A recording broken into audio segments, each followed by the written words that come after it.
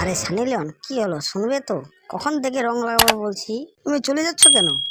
না, তাড়াতাড়ি মুখে রংটা লাগিয়ে নাও, আমার দাদা দিদি দেখতে পায় তোমার পিচকারিটা পুরোটাই কেটে ফেলবে।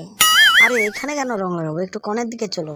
না না, তোমাকে রং লাগাতে হবে না, তোমার খালি উল্টা পাল্টা জায়গায় রং লাগানোর তাল। আমি এসে গেছি।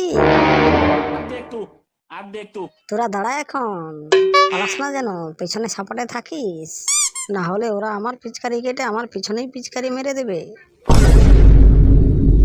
নে, তোর অনেক শখ মেয়েদেরকে রং মাখানো, আজ তোকেই আমি রং মাখিয়ে দিলাম।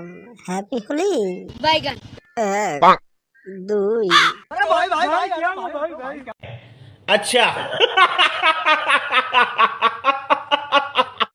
এসেছি তোকে রং লাগাবো বলে, গুগলে ম্যাপ দেখে আয় না চলে, ভুল ভাল জায়গায় রং লাগাবো না,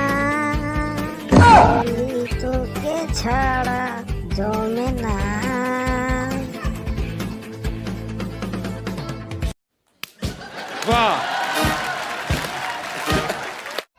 বন্ধুকে রং ভরে তোরা চলে এসছিস এই পাড়ায়, কিন্তু একজনও কাউকে তুই রং দিতেই পারবি না।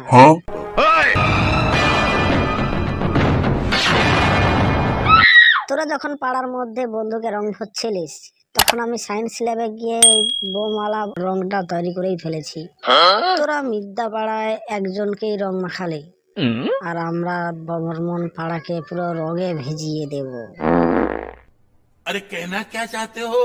এই রং যতক্ষণই তোরা মরবি এই চামড়া থেকে কখনোই যাবে না। শালা একদম টাটকা রং মাখাবো এখানে, রং উঠবে শ্মশানে।